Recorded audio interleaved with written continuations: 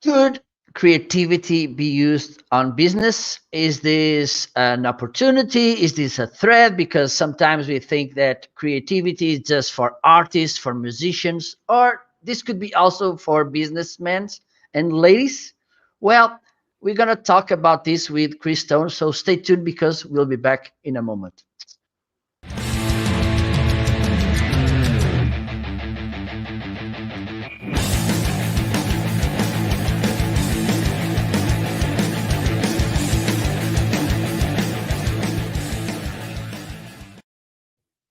Hello, welcome to another episode of the Special Marketing Live Show. And today we're going to talk about creativity and business. For me, these words should go together. They could work really well to your company. So stay tuned because Chris will be here in a moment. He's on the basement. I left him there with a cookie and a glass of water. So stay tuned.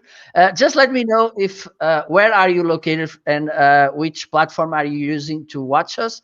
If you are watching now live, please let me know. If you're watching the replay, you can let me know also, and you can share this broadcast. You can bring some friends to watch it also if they may need this. Okay, so let's bring Chris to the screen. Let me see if he's there. Hello, Chris. What's up, Marco? Hey, I tell you what, the cookies here in the basement are the best cookies I think I've ever had. So Absolutely. amazing cookies And the water. very tasty water. Yes, exactly. Perfect. Well, Chris, first of all, thank you so much for joining me. It's a pleasure. This invitation came because I had your partner in crime, Jim, and he told me so good about Chris, and he made me curious because he was saying, well, he's a very creative guy. He likes to make the things and everything. And I need to bring Chris because I think it's more than ever creativity. It's a need on a company and also for us as professionals. So thank you so much. I will ask you please so that you introduce yourself and then let's go to the conversation. Is that okay? Yeah, of course, Marco. Thank you so much for. It's my honor. I can't believe you talked me into coming onto your show. This is absolutely. I'm a fan. Obviously, I mean, look at the spinning logo, the graphics. I mean, you're gonna up my game because after I get done here with you, I'm going back to the drawing board or easel, if you will, or Photoshop or DaVinci Resolve and some of these other tools that you and I were geeking out over here in the basement before we went live. So I'm excited to have this conversation, and of course, if nothing else, I get to meet. Or get to know this new friend that is Marco Novo. But yeah, my name is Chris Stone. I'm with Cast Ahead at castahead.net. And I have a 27 or so year history in the music business, working with Sony. And I, over the past, I guess, year and a half, 2 years, I've translated that over into the podcasting and live streaming space. And I work with motivated entrepreneurs, sales trainers, motivational speakers, and whatnot to develop their podcasts, their live streaming. And that's everything from soup to nuts. That could mean, you just, be the talent, show up in front of the microphone or show up in front of the camera and we'll handle the rest. Or it could be some of the other little nuances like helping someone to be a better presenter virtually and also do some remote event production. Of course, with my partner, Jim Fuse, I also do a show on Amazon Live called Dealcasters Live. And we have fun interviewing people like yourself, Marco, to talk about the tools that they use and actually that they can buy on Amazon. So I get to have fun. So it's not a bad gig. Absolutely. Thank you so much. We have someone from Rio de Janeiro, Brazil. Hello, Yeah. Arnaldo. Welcome. Well, I was about to start the conversation with creativity, but you bring a new thing to the conversation that for me it's truly important, because we know by these days how important it is, content. And we have, I think, two big players in the field, which are video, if it's recorded, or live streaming, and also podcasting. Don't you think? Because usually we think about people from, musicians and movie makers and everything, that people, okay, they are artists, they are on their own, let them be there. And we are business people, we are here, we are very very formal, very important, and whatever. It's truly important by these days, that know-how that musicians and film and people from movie industry, all of the knowledge they have about this new coming thing about contents. How can they help?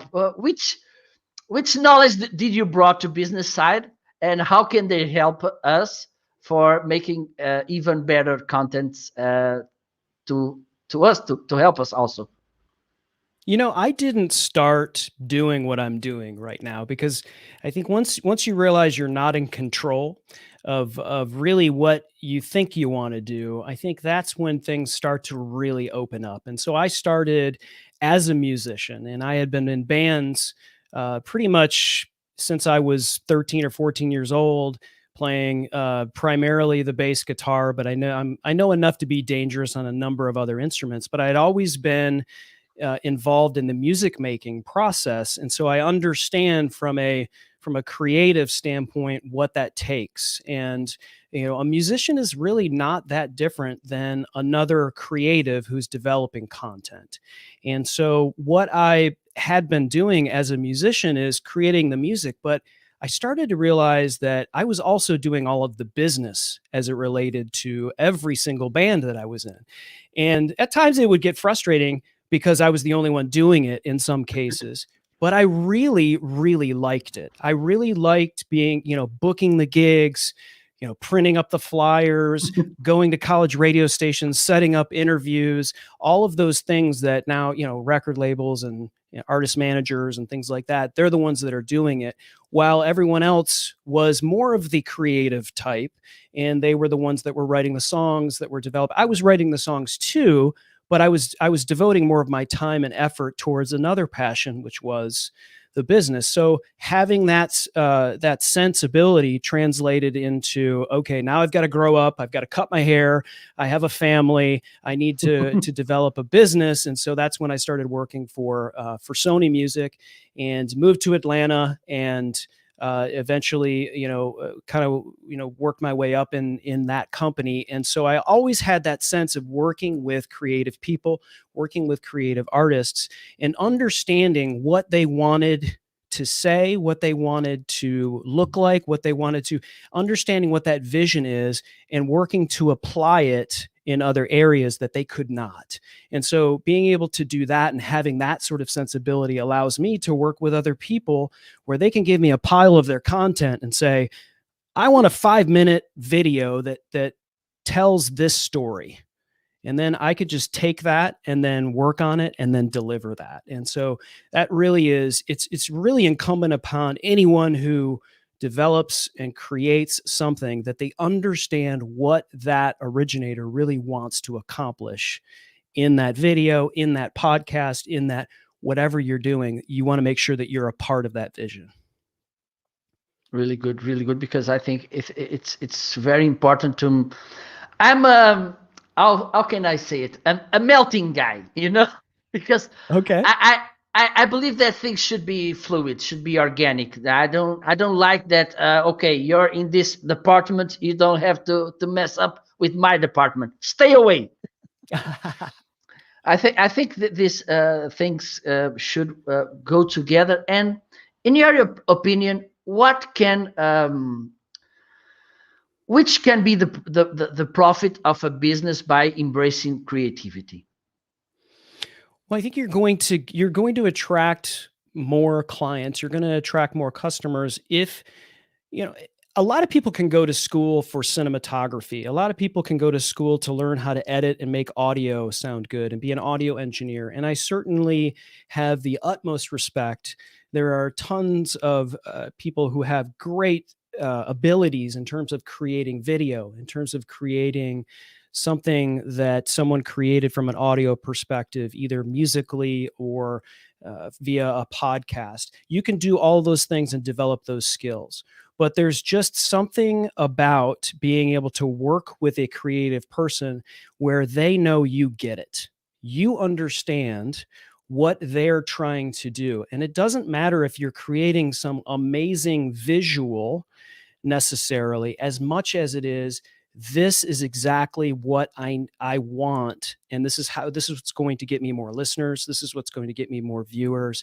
So you're going to get more customers if you understand exactly what your client wants to achieve, not just something that sounds good or looks good. Marco, I always say that when someone listens to a podcast that I have been a part of, whether it's editing or maybe I'm on that podcast, and they have a compliment related to the content, even though I had everything to do with maybe the production and the editing and everything, then I know I've done my job. Because no one listens to a podcast and goes, you know what, I really love that podcast because it just sounds so good. You know, Absolutely. the compression level is just so, it's like butter in my ears. You know, no one does that. You know, they just want the content. And so the job of me is not to make something sound like win an award for audio engineering or to win an award for cinematography. My job is to make sure that my client, then the person that I work with,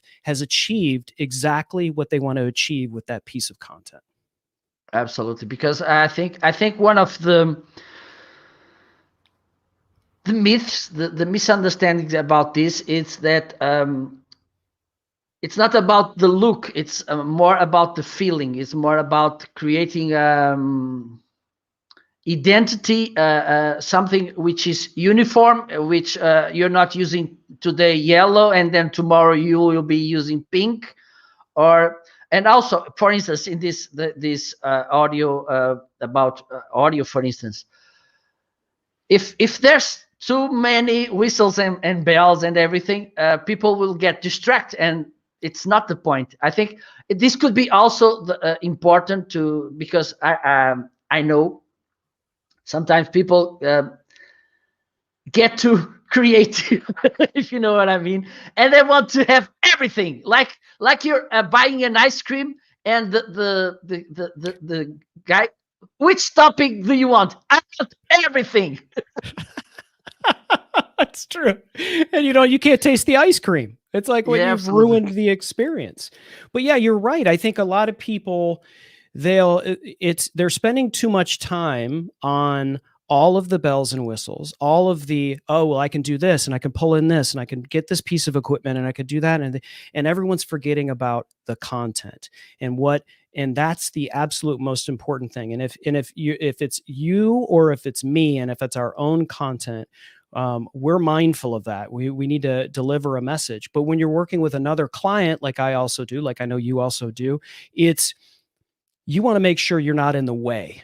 Your job is to make sure that they almost don't notice you. It's just a vibe that you're creating. It's exactly what the client, I mean, look at this show that we're on today, the intro, right? You've got the Spartans, logo, right? You've got the brand going, the intro music. I was ready to go to battle. It was like prior to the scene from that movie 300. I was ready to unsheath the sword and to go to battle, right? And you've got the logo up here that's kind of spinning with a nice little pattern interrupt. Like these are little things. I'm noticing it. Maybe someone that's listening and watching right now are kind of like, I didn't really notice that. Well, it's very intentional on your part.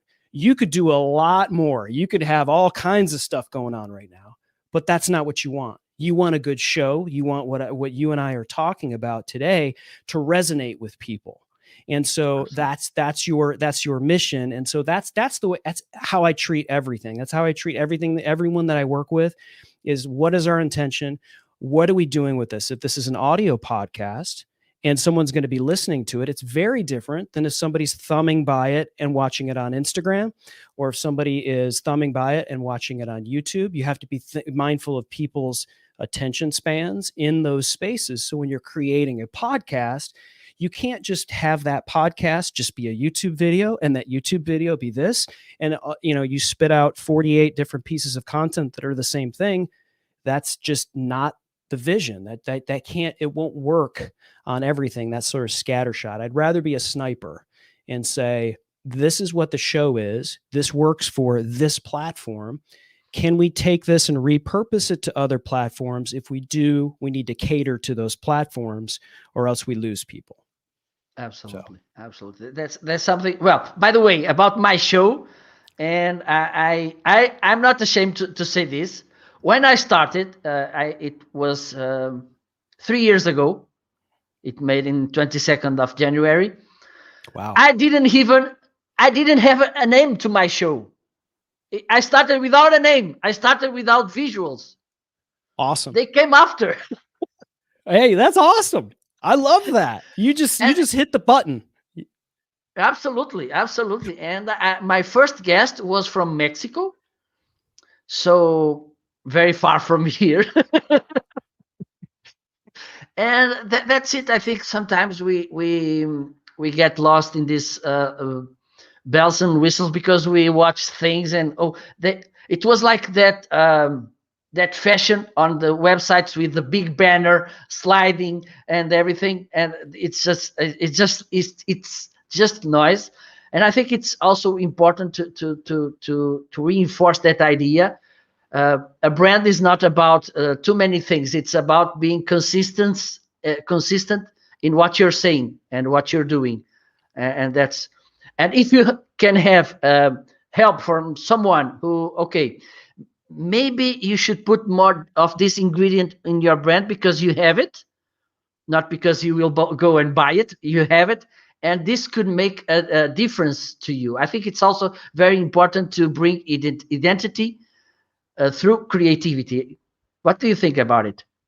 Oh yeah, I 100% agree. I mean, you're weaving into sort of the sales conversations, and we can't be everything to everyone. And I understand that my voice is not for everyone. There's probably people that may be viewing or watching this either live or on replay, and they're not picking up what I'm putting down. They just are not. That's just not for me, and that's fine.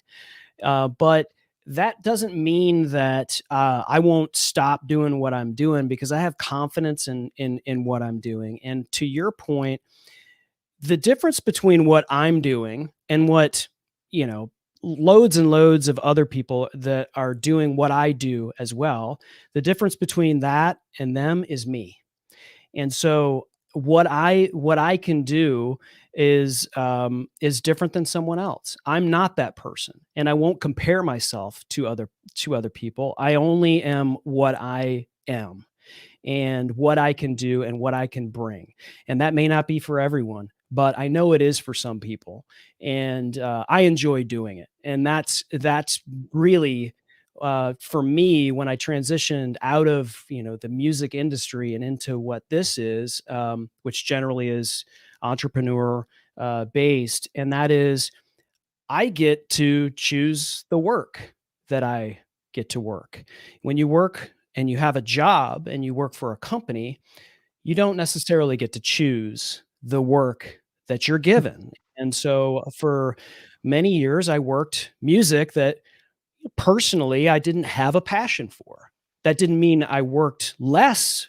I didn't work as hard for because I had Absolutely. job and I had integrity, and I wanted to do the best job, and I learned from that. And I knew that I needed to do that, not only to feed my family, because, we like a house and clothes and food to eat. So I would do that. But, now I get to choose the work. And so the people that I work with, it's really rewarding to be able to see them succeed and be able to have like a little thumbprint and have a part of what they're doing to succeed as well. Absolutely, absolutely. Because And I think one of the problems about creativity is this. Somehow we know that when we get creative, we get unique, and we are narrowing somehow our target audience, our audience, our community, and for some people, I think for most of people, I think it's something human. If you have to give up of something, that lost feeling, it's terrible. How do you manage this situation? For instance, you want to bring some differentiation, some creativity to your clients, and they say, "Well, but that way we may lose some clients, because we like to go a little bit broader." How do you Mhm. manage this, Chris? Yeah, excellent question. I work with a number of podcasters, and when and I'll get to answer the question specifically, but I got to go back, and that is whenever I start with someone that I'm talking to initially, the first thing I always ask them is why you're doing your podcast. And I know that kind of sounds, people toss that out, what's your why all of the time. But it's you would not believe how many times after asking that question, someone would say, well, I just know that I need a podcast because podcasting is really hot right now. Or I heard someone tell me that I would be good as a podcaster. And those aren't good reasons to start a podcast. You have to know why you're doing it first. And so if you have a coaching business or if you're an author and like you have to know what you want to do with it. If you want it to drive them into your funnel, if you want this to, if you want to get rich and you want to monetize, okay, well that's a reason. You're going to need to be a lot more patient with it. But all of those reasons we have to develop that first. And if you don't know what that is, then come back to me when you do. And the next thing that we do is we figure out who your target audience is. And this sort of goes into your question. You have to know who you're speaking to.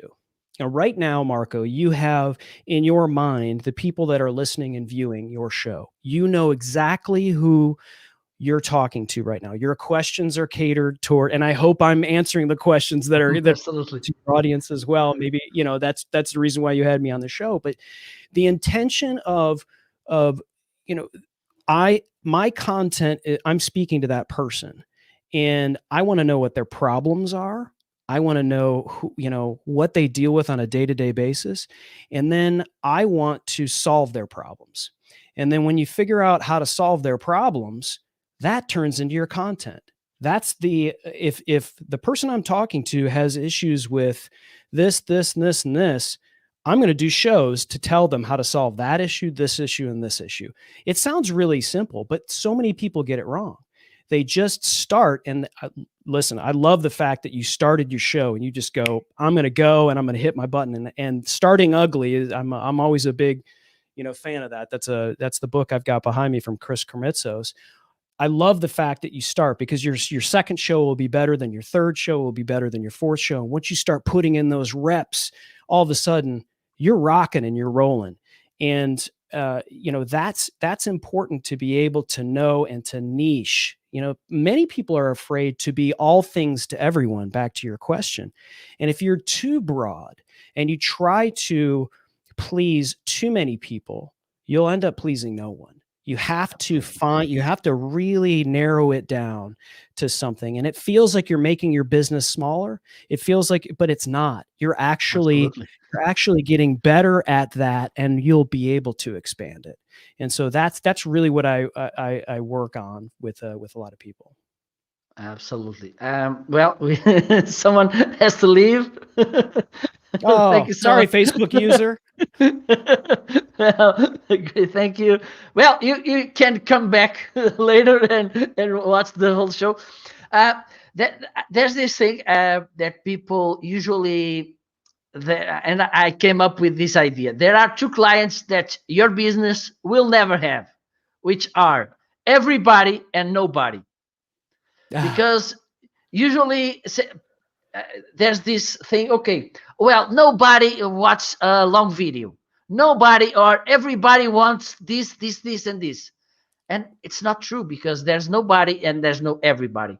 So I Mm. think it's very good to think about how you should make things to please that small slice of market which are willing to buy from you, to taste your things. And let me ask you about this, because I think it's a trend lately, and it will be even more in the future, which is music. I don't know the right word, expression. It's like sound, branded sound or something. Hmm. Audio It, brand. yes, that's it. Audio brand. How does it work, and which benefits could a brand have from this, and how should we do this? Oh, yeah. I'm glad you asked that, because I think going back to some of these other things we talk about, people don't think enough about your audio brand, especially when it comes to video. And the lines are blurring right now with video and audio and podcasting, and there's a lot of companies, whether it's Riverside.fm or Squadcast.fm, that are creating these podcasting platforms that were once only audio and now are video. And so StreamYard is ramping up their abilities to be able to download individual audio tracks, individual video tracks. So there's a lot of things right now. It's an exciting time to be a part of all of this, because as I wish I had these tools like 10 years ago, right? So but I can't look back. But now the ships are rising, and now we're a year into this whole pandemic thing. I think now we're starting to see this tech really start to rise to the occasion. So it's exciting to see that stuff. And I think what it's going to allow us to do is to just to lean in and do a lot more, not just visually. You have to think about your audio. You have to think about your audio brand. First and foremost, like I said, your content that you're delivering is like, that's it. That's your number one thing. So what you're talking about, you need to make sure people can hear. And if you don't have a fairly decent microphone, and you're not leaning into your audio quality just a little bit. I could see you have the Blue microphone. From my standpoint, I hear everything fine. I've watched your shows. I've listened to your shows. You've got that, but you probably didn't spend hours and hours and hours and hours on your audio. There's just a few little things that you can do to make sure that there's not clicking noises, you're not getting an echo, you've got headphones in, all those little, it's just a little thing here and there. You don't have to spend $400 for a mic. You don't have to do all of these crazy things. You get a mirrorless camera so that you can if you want to, but ultimately it's your content. And if people are distracted or by bad sound or by whatever, everything's off the table. You've lost everyone. So that is first and foremost. Secondarily, in terms of music and your audio brand, the music you played on your intro, when I hear that, right, it reminds me of like this, a moment, a scene in a very suspenseful movie. I loved it. I was like, okay, I'm drawn in that immediately. And so however you obtained that track via whatever license that you got, and there's a bunch of different things out there, Epidemic and Storyblocks and just all kinds of great places that you can go and get an audio brand. You really need to be thinking about how to use that properly and how to use it to enhance things visually. So while we're talking right now on your show, we don't have music playing. That would sound dumb. That would sound weird, So you have it as your intro and maybe as your outro or whatever. But if you're going to take any clips and you're going to want to repurpose it, it might sound cool to have it kind of low and underneath something to create that suspenseful thing. And it also is pulling in your brand, not just visually. This mustard yellow that you've got with the black, like, and the Spartan, and all those logos are great visual things. But your audio also needs to be associated where appropriate, whether it's on Instagram, YouTube, or whatever sort of clips. Just start, peppering that in, and eventually people start to notice it. Not it, but it shouldn't be distracting. To your earlier point, you have to make sure that when people see something, that sound is associated with it. And so your audio and your visual brand are just a part of it. And sometimes it's just subliminal. You don't even know it, but it is a part of what your brand is. So I always encourage everyone to take the time to find something that they feel from an audio perspective matches their visual brand as well. And it goes back to what I talked to earlier. Know who your audience is, know who your key visual, your listener, your viewer, know who that is. And so that audio should cater to that. If you're going to play some, country song, and your key listener is someone who doesn't listen to country music at all, and maybe they're more of a hip hop listener, well, find something that's got a dope beat in it, and have something not distracting, but kind of gets your listener ready for whatever you've got to deliver. Absolutely. Or for instance, if you're a company which works with people who are serious, if you bring rock music, maybe it doesn't work also. Yeah, it might not. Although there are some closet rockers in business, but the show I do with Jim on Amazon, Dealcasters Live, we knew that we know exactly who we're targeting. We're targeting other people that are kind of like us, that are because we're talking to people like us. We're talking to influencers in the space. We're talking to people who are in podcasting, live streaming, and they're inspirational. They're someone. And so we wanted music that felt like you were kind of at a stadium. You're getting ready for the soccer match, or you're getting ready for the football game. And it's just like, okay, we're ready to do this. We're going to help you find the deals for this, that, and the other. And so when we hit that intro, when we get to the end of that intro, that guest that we've got, or those people that are watching that show, they're like, let's go, let's go. Right. And so, but yeah, if we were talking about candles and bath soaps, and our viewer was, maybe mostly female, ages 25 to 48, we probably wouldn't have that. We would probably have something that was a little more in that lane. And so we may even hire somebody to do that. I mean, there's people that do that for a living. I make it a part of what I do, but it's, there are people that are really good at doing that. They're the same type of people that will pick songs to license for televisions and television shows and movies.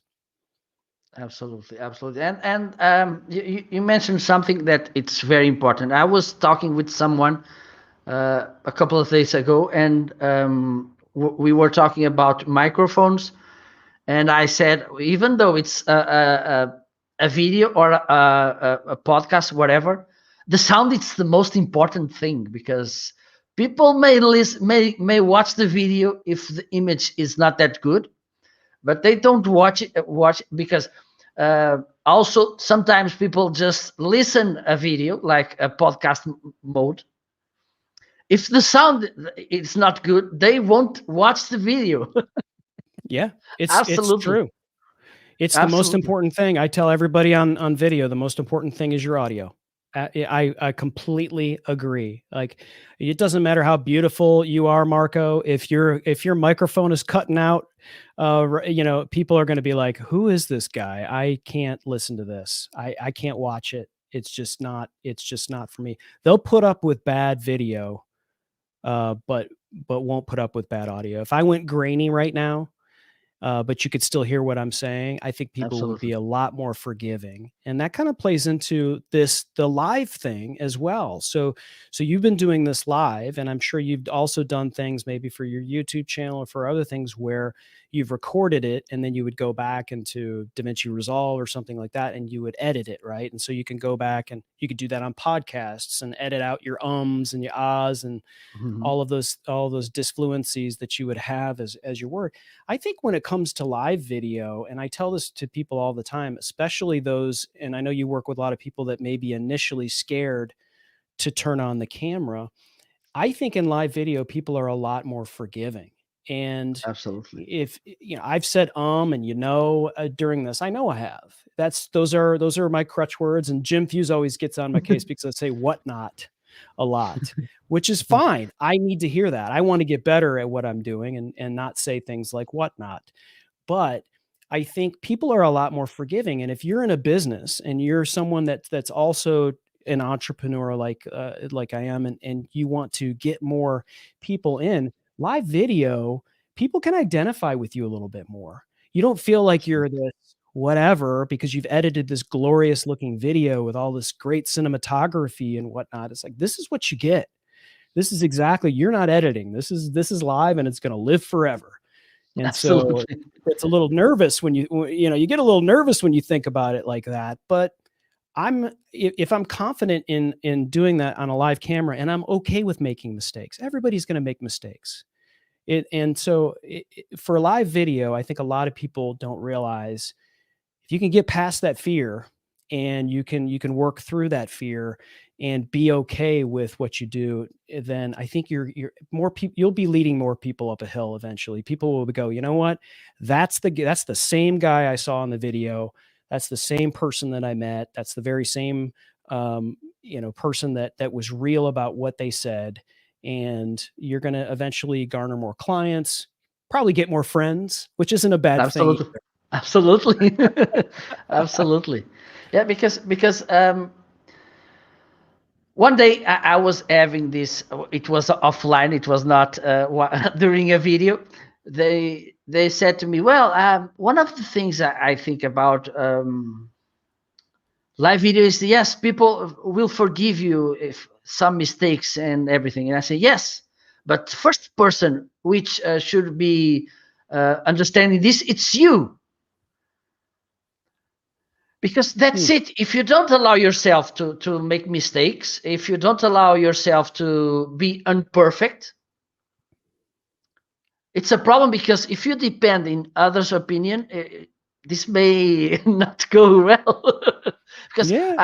I will say, one day one friend of mine approached me and said, well, look, Marco, I like your videos. Yes, they are fun and everything, but you should be more formal. You should be more serious. And I say, well, look, I'm not pretending to be the news presenter. So that's me, my friend. That's me. Yeah. Yeah. And I And think then I love it, and I think that's why Instagram video is, in a lot of ways people will complain that Instagram doesn't open up their back end more for doing like this show, right? So we absolutely, can't put this on Instagram live because Instagram doesn't allow third party yeah, streaming into their platform.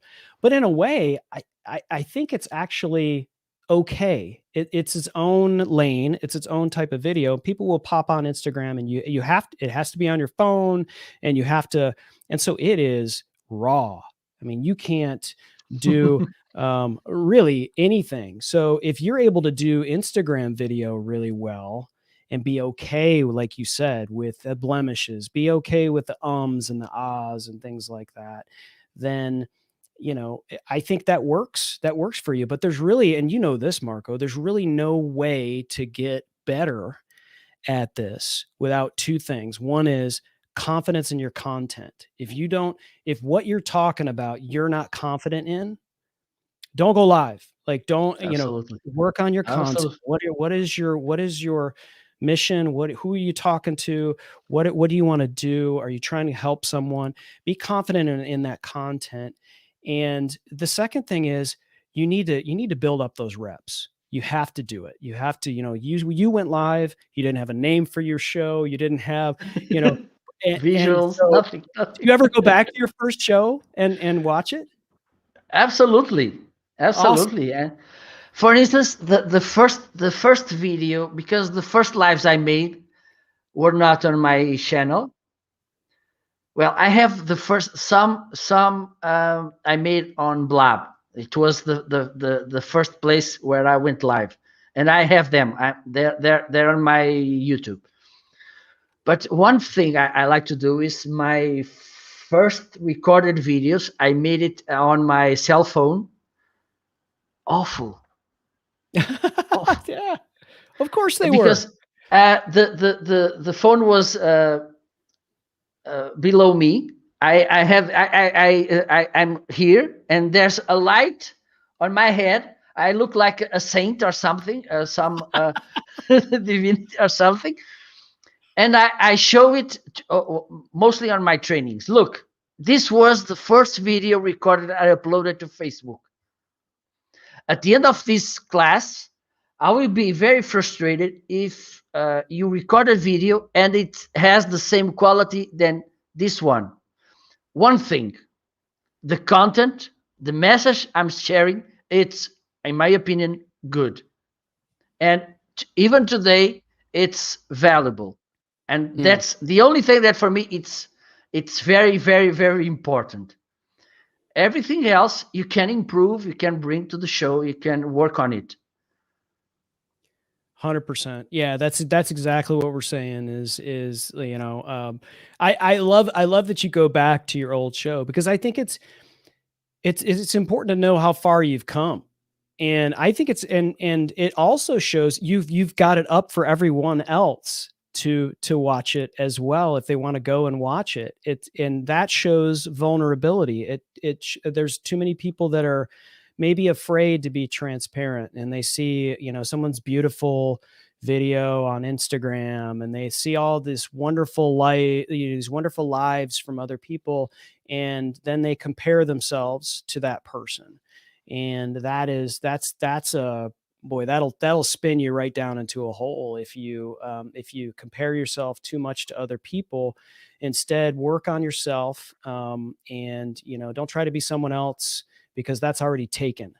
So, Absolutely. be yourself. And that means you're going to have to be yourself and get the reps in. The beautiful thing I think about podcasting and live streaming is, and I've told this to a bunch of different people, is you don't even, I do recommend you do go live and start ugly. I do recommend that, but maybe a first step is to just record yourself. Absolutely. And maybe not, don't publish it anywhere. And so sometimes that helps people break a few barriers. Once they watch it a few times, get reps in where it's just themselves, or maybe they're playing it for someone that they trust will give them an honest critique, and they're ready to hear that critique. Because I think that's the other thing too, is that a lot of people will ask you, hey, what do you think? And sometimes what they're really asking is, can you give me good information? Can you give me affirmation? Can you tell me that it was good? That's really what they're asking. When I ask you, Marco, and I were to say to you, Marco, what do you think about this that I've done? What I would want you to do is for you to give me your expert opinion and on how I could make it better. And that's really how you improve. And if you're not ready to hear how something is, then it could also spin you in the wrong direction. So you have to build up, those reps. Watch it yourself. Go, oh, you know what? I say too much. I say too much. Ooh, I could probably change this light and put it in front of my face.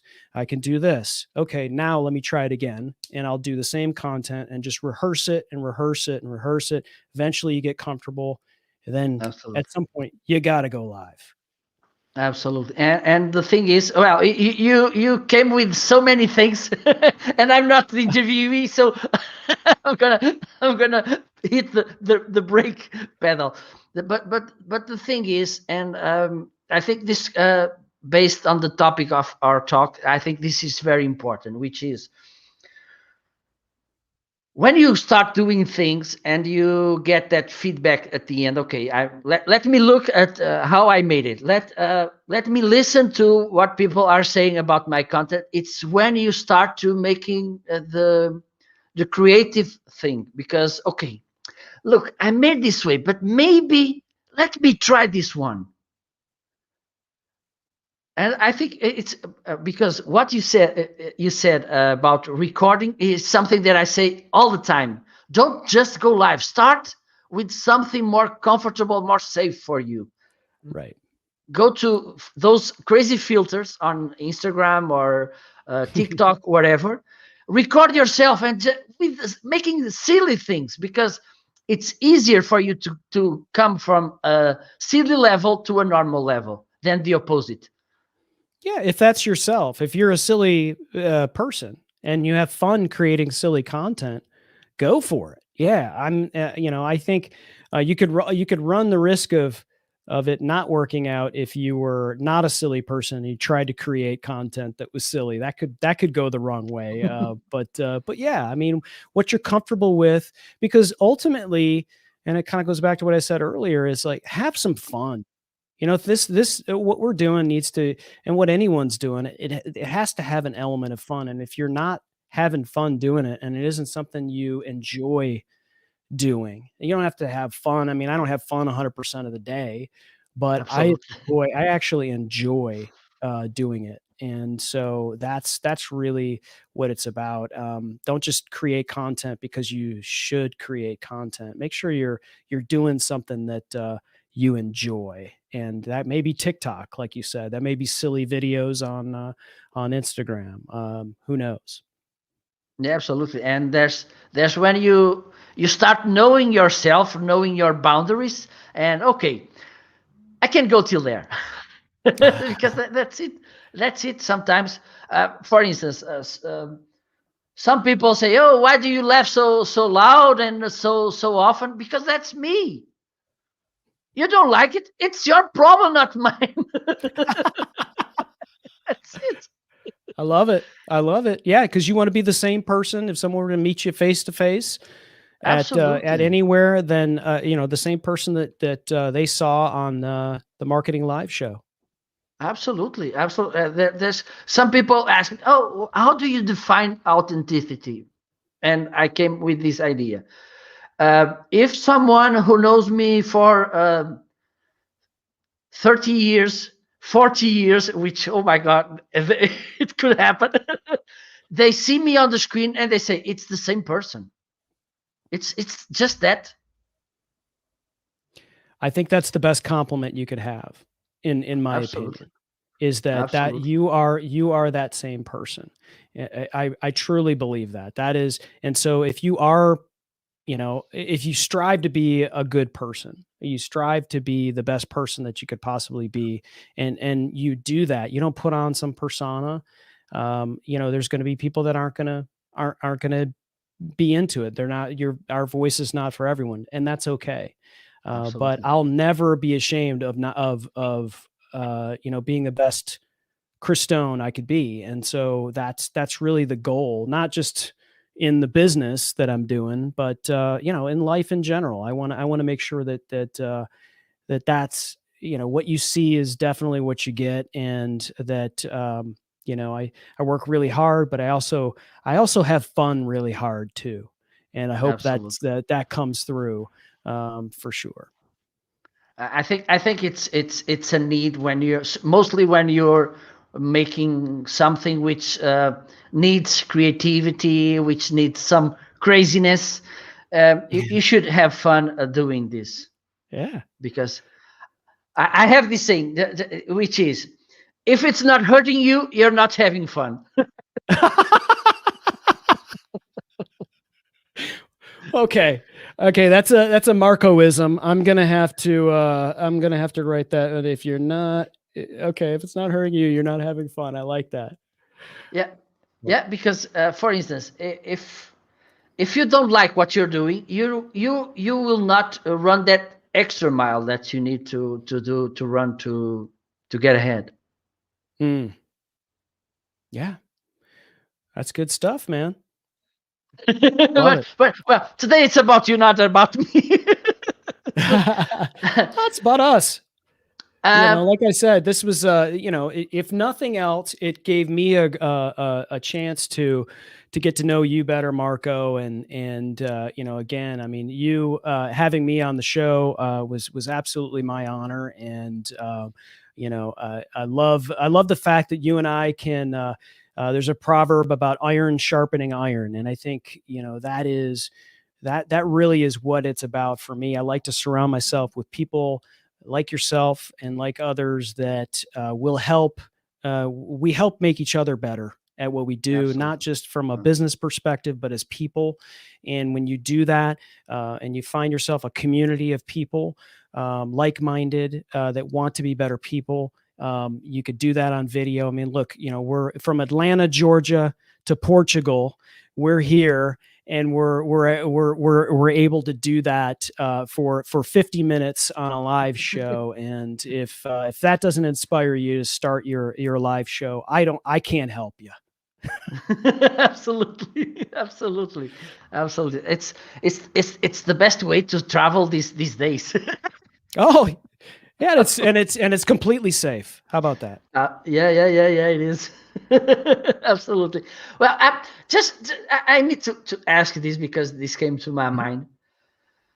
I think one of the things, and other myth we face when we talk about creativity is that you are born creative, and I think it's not it's not true. I think your education, your mindset, the way you look at things are the things that will make you or not creative.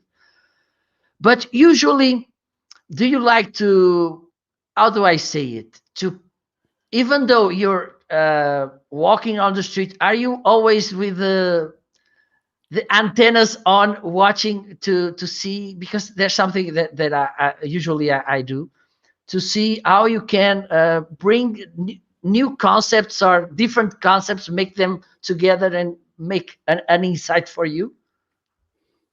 I do. I am that person. And admittedly, full transparency and vulnerability, which I always am, is, I battle and have battled my, I talked about it earlier, is comparing yourself to people, and call it what you want to. People, you toss around words like imposter syndrome and things like that. I think, being a human and seeing things all over the place from other people, there's an inherent thing where you'll think to yourself, I want that, or I want to achieve this, or of those. And so I think, generally most people have that, if they're really being honest with themselves, and including myself. And so I battle that. And so in a lot of ways, like you said, with your antennas up, I'll see something and I'll go, ooh, I need to make sure that I delineate and separate. I want to do that, either for myself, which is going to send me the wrong direction, or how can I use this to inspire what I want to do? And I think, when you, for instance, if you're a sales trainer and you read books from Zig Ziglar and Jeb Blunt and all of these great these great sales trainers, you're not going to just take what they say and just make a copy of it and say the very same thing. A lot of people do that, but it's what they're saying to have it inspire you to develop what your mission is, what your vision is. And so you should always, look for always have your antennas up, always look for visual, audio, reading, like always try to feed that mind, but always know when you see something that generates an idea that you're able to separate it and apply it and make it your own. I think it's very important. And another thing is to watch different things, read books about gardening, about flowers or something. Are you a gardener? No, not really. Oh, okay. You just want to be. Yeah, maybe. Well, Sometimes I have to cut the loan, but not all the time. But yes, I think it's very important to change the usual perspective. For one day, I was traveling in a bus, which is different that on a car because you are 2 meters. I don't know how much is that in our metric system, but you have a completely different perspective. Uh, Usually you have. So I think it's important to have this change this perspective now and then, so you Yeah. can have new ideas. I love it. Yeah, just try something new. You never know how that can apply to what you're doing. And it could be something like, I people will say, "Well, I've always wanted to parachute. I've always wanted to jump out of a plane." Why anyone would want to jump out of a perfectly good airplane, I have no idea. But some people would have that experience. Well, depending on whatever else you do, you're probably not a professional parachutist. Is that a thing?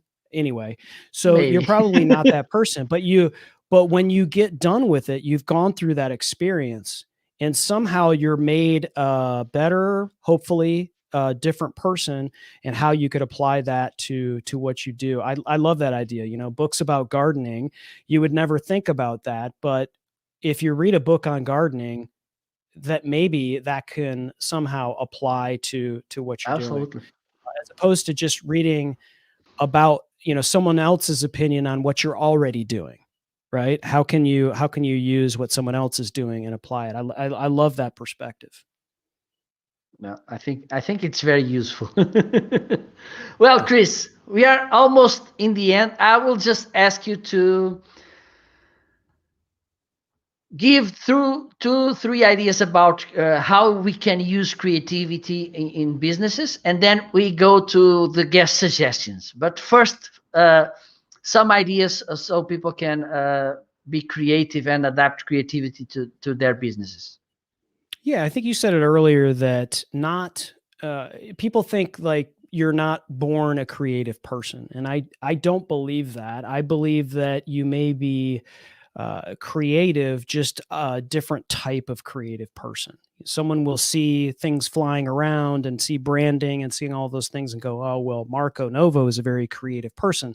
He is. And they would say, "Well, I can't do that, so I'm not a creative person." I don't believe that. I believe you are a creative person, just in a different way. And I think it's about, Absolutely. finding what that creativity is for you. Part of it is finding out what you love to do and pulling, clearing those clouds around it, because too many people get busy and they get too busy. They have too much stuff going on.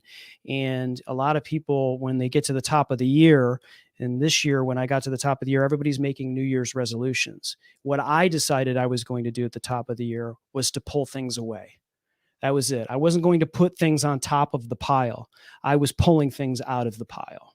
So I know what I wanted to do. I don't need January 1st to tell me what I wanted to do. What I needed to do was to pull things out of the pile. And so I stopped doing a number of things because I wanted to do the most important things that were already there. And so that to me is one of the things I think in general that for myself, that I love to do. And I think creativity too, in terms of video and in terms of audio, is lean into your mic just a little bit. Don't um, don't rely on your laptop or your computer microphone. Sorry, they're garbage. They're made on purpose like that. So don't use them on Zoom calls. Don't do that at all. The microphone I'm speaking into right here is $62. $62. The mic that I think Marco's this got, one is probably about. around that also. Yeah. And it's not hard. And you just need to know how to speak into it. Marco and I are not speaking directly into the mic because your plosives, or the air that you push out when you say words like pizza and things like that, pushes more air out and doesn't go directly into your microphone. I speak across the microphone.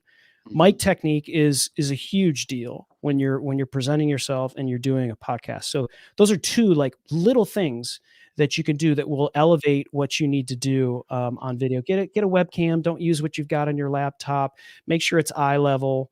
Put a light in front of your face. Those are just key things. You don't need to go and spend $100 on all of that stuff. There's just great little packages that you can put together. You know, I bought one of these things. This thing's been a lifesaver, which is just a little ring light that you attach to your laptop. And this thing comes on and puts a little light in your face so that you don't look like you're in the witness protection program when you're on a Zoom call. And, stuff like that. You'd be shocked, Marco, still today in 2021, I get on calls and people don't just lean into it a little bit, make a few things, a few adjustments, and it could, what this is now, what you and I are doing right now, what this virtual sort of thing, this is the new suit. When you do a job interview, when you're presenting yourself, your content, how you present yourself, this is the new suit.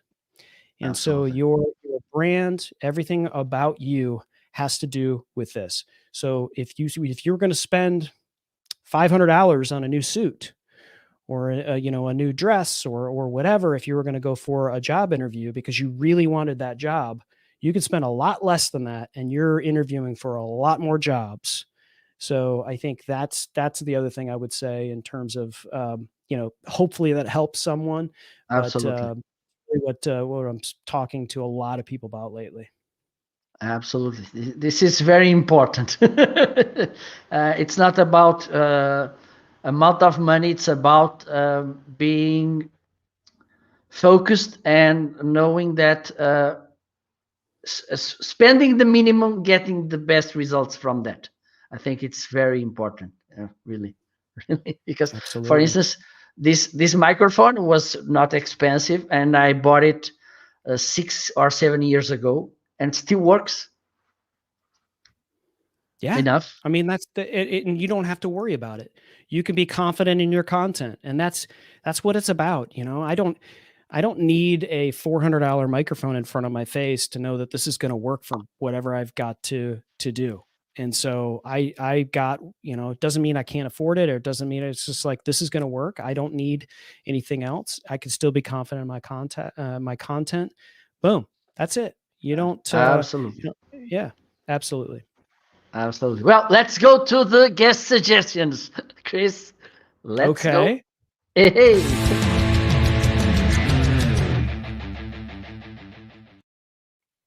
Well, we came to the final section of the show, guest suggestions. I will recall it after because there are some. Okay. A shout out that you want to make, a book you want to recommend, okay, a habit which should be healthy and legal. Legal in the United States or Portugal? Well, on both. Let's try it. A tool you recommend, a TV show, and a movie. Okay. Wow. Well, let's start for the shout out, a professional that you think that our audience should follow on the, by these days on the internet. Yeah, I would be remiss if I didn't mention my partner in crime, Jim Fuse at Fusion Marketing. Pretty much the reason why I'm on the show today. So he's at fusionmarketing.com. Follow him on Twitter. He's got more Twitter followers than Kim Kardashian. He loves when I say that too.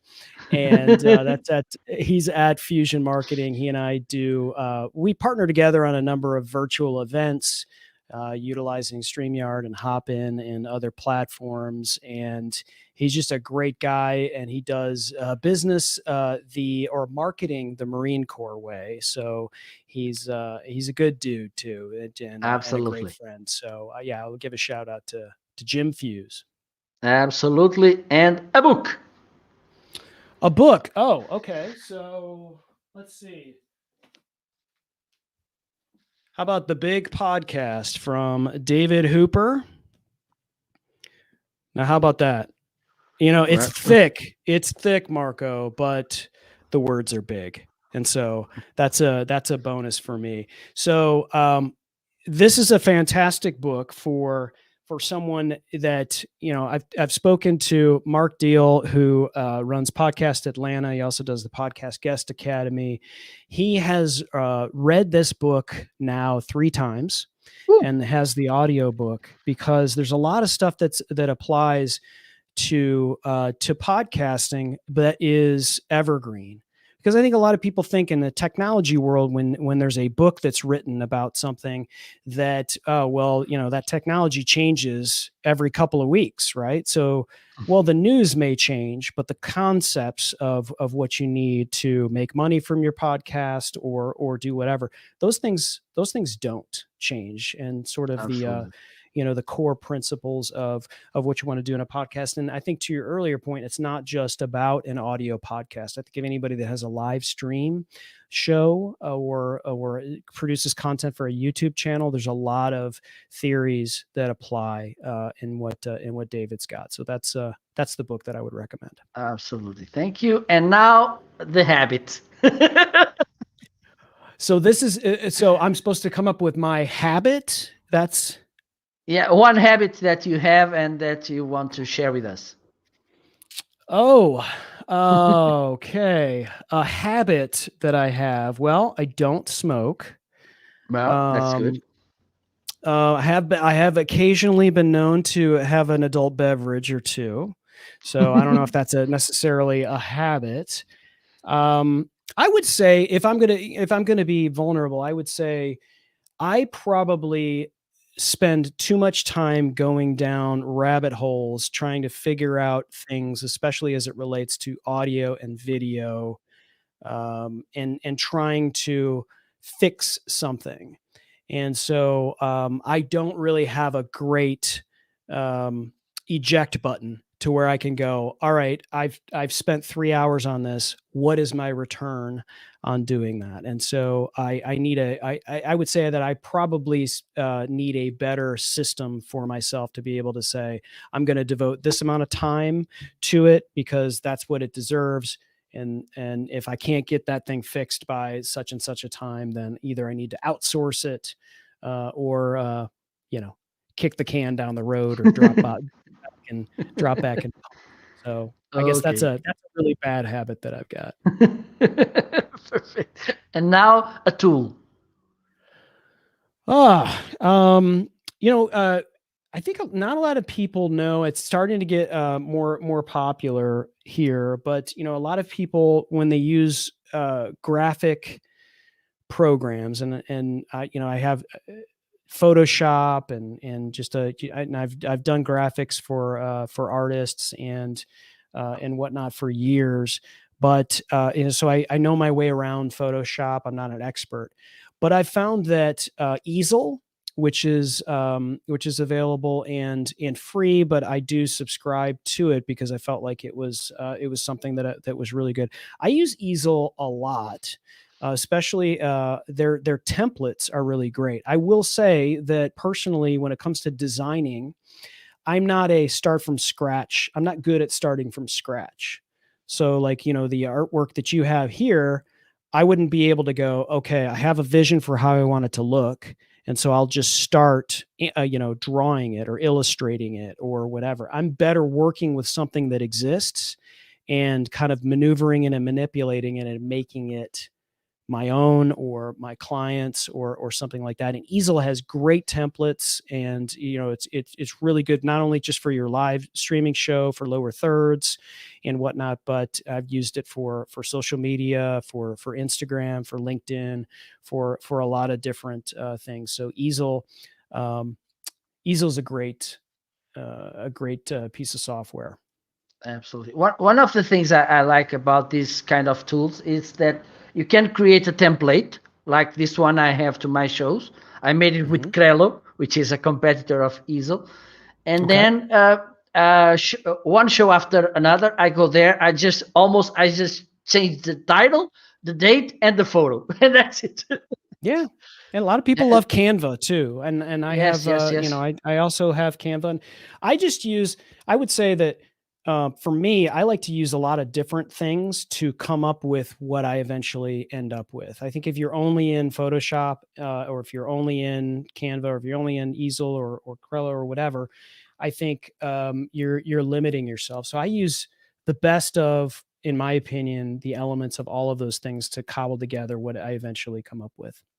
Absolutely, and it sounds good because I do almost the same. I like to try and to see, because, for instance, for one thing, one is better. For other thing, the other may be the other. So it's good to try. And now the movie.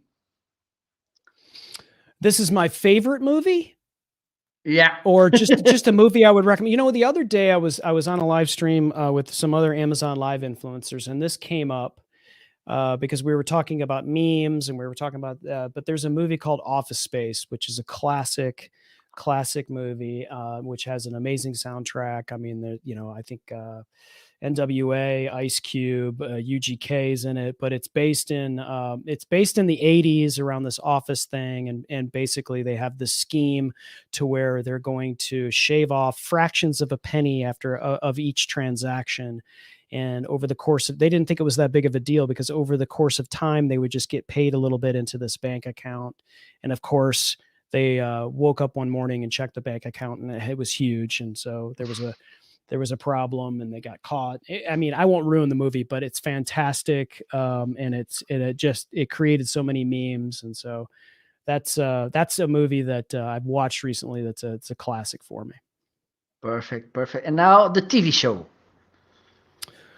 Wow, TV show. I just started watching. I don't know. Yeah, I guess this would necessarily be a TV show, but I guess it's called. I just started watching The Boys. It's an Amazon Prime show that's a pretty irreverent take on superheroes.